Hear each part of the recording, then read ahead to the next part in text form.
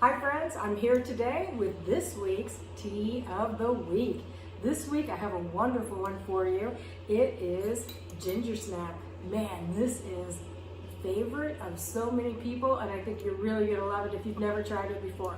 So I'm going to show you how I'm going to make it today.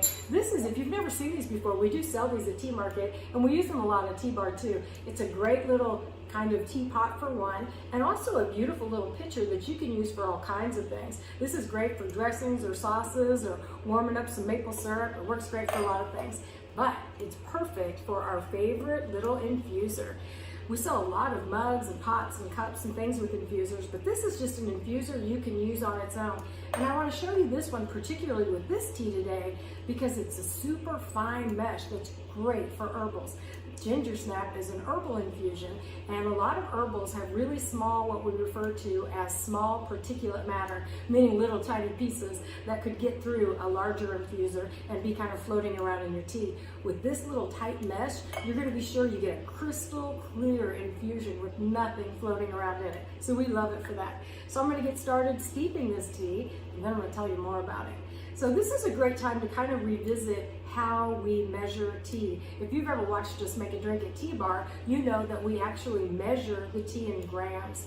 And one thing that we talk about in that Tea Basics class box video is how important really examining the tea to find out if it's dense or if it's really light and fluffy.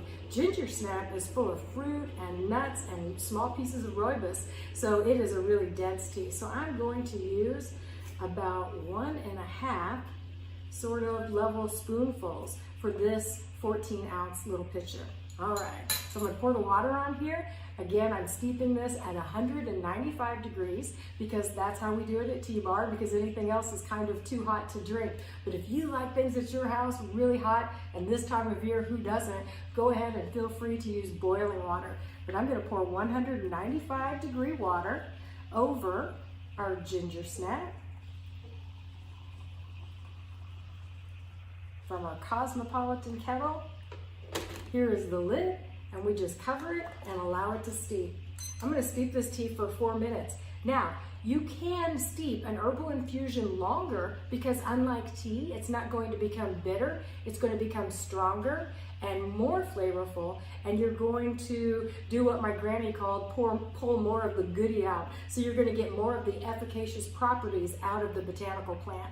So what is Gingersnap? Gingersnap is rooibos, and rooibos is sometimes called red bush tea. It's indigenous to South Africa, and it is red in color, which is one of the reasons why they call it that. But rooibos is naturally caffeine free, yet it has wonderful antioxidant properties all its own. Unlike tea, it doesn't have the catechins and polyphenols that tea has, but it does have antioxidants. So this is rooibos tea it has mango pieces, papaya pieces, big chunks of coconut, and it has almonds, and let's see, what are my other nuts in here? Walnuts and hazelnuts. It has candied pineapple and candied papaya as well. So this is one that I think is perfect for when you want a little treat after dinner and before bed. You don't want any caffeine to keep you up, and you'd also like to stay out of the cookie cabinet. So this one really tastes like a Gingersnap cookie in a cup, like a dessert in a cup, and it's wonderful when you want a sweet treat in the evening, but you don't want to have caffeine or calories. So it's really, really perfect for that. And so one of as I said, the health benefits of Gingersnap are that it's naturally caffeine free, so there's been no processing, no process to decaffeinate it. And because it has these pieces of dried fruit, which are sweet all in themselves, honestly, it's fun to just pick out a piece and chew it and taste it. They're delicious. They're a tiny bit of sugar around those candy pieces, and so sometimes I wonder about actually how many grams of sugar you would get in a cup. Honestly, there aren't about 10 or 12 little pieces of sugar that stick to each one of those, but that does give it a nice little sweet taste without being, a really sugary drink.